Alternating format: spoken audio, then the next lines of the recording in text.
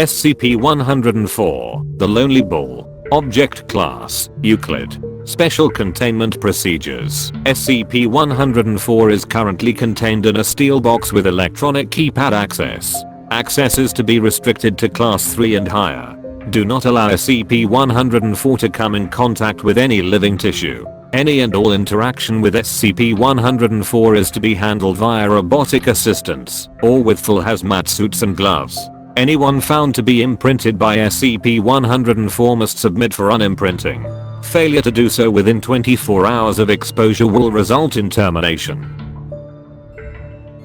Description: SCP-104 is a sphere, 35.5 centimeters, 14 inches, around and weighing 2.3 kilograms, 5 pounds. The outside is glass and very smooth, coating the sphere in a layer 6 millimeters, 0.2 inches, thick. Under this layer is an extremely intricate design of very thin black and white lines. This inner core is a delicately carved ball of wood, giving slight texture to the line design. The design itself is unimaginably complex, and seems to form something of a Rorschach test, as all viewers seem to have a different interpretation.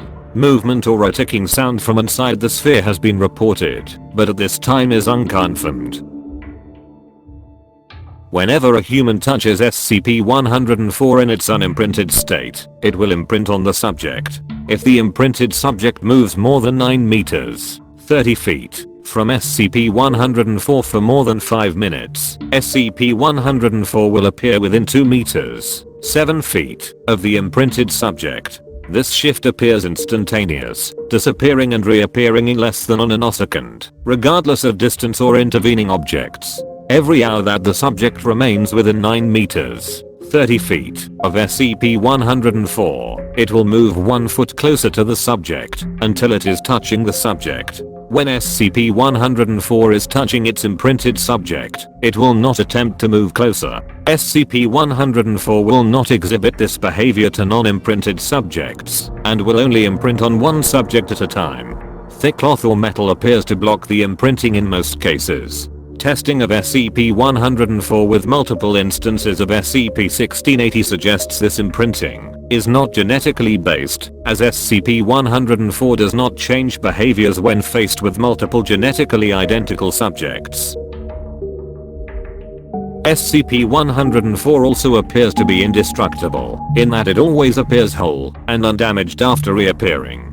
Even after being crushed and incinerated, SCP-104 will reappear whole and undamaged if its imprinted subject is outside of its minimum range for more than 5 minutes. SCP-104 causes paranoia and anger in most subjects, but this is not an effect of the sphere, as some are wholly unaffected by the constant presence of SCP-104, if slightly annoyed at times. SCP-104 can only be unimprinted if the subject is killed or enters a near-death-like state. SCP-104 will then enter its unimprinted state until touched.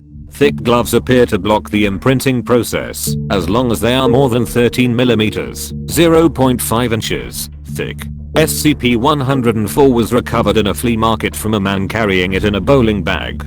The man never identified himself, and sold it to Agent Data Expunged for $25, thanking him profusely before running off. Notes 104, 1108-R. It has been theorized that SCP-104 is some form of extra-dimensional probe or recording device. This appears to be unlikely, as it appears to be made of terrestrial materials, and has no means by which to record or observe anything. However, with few other explanations for its odd behavior, the theory is being investigated. Dr. Data Expunged.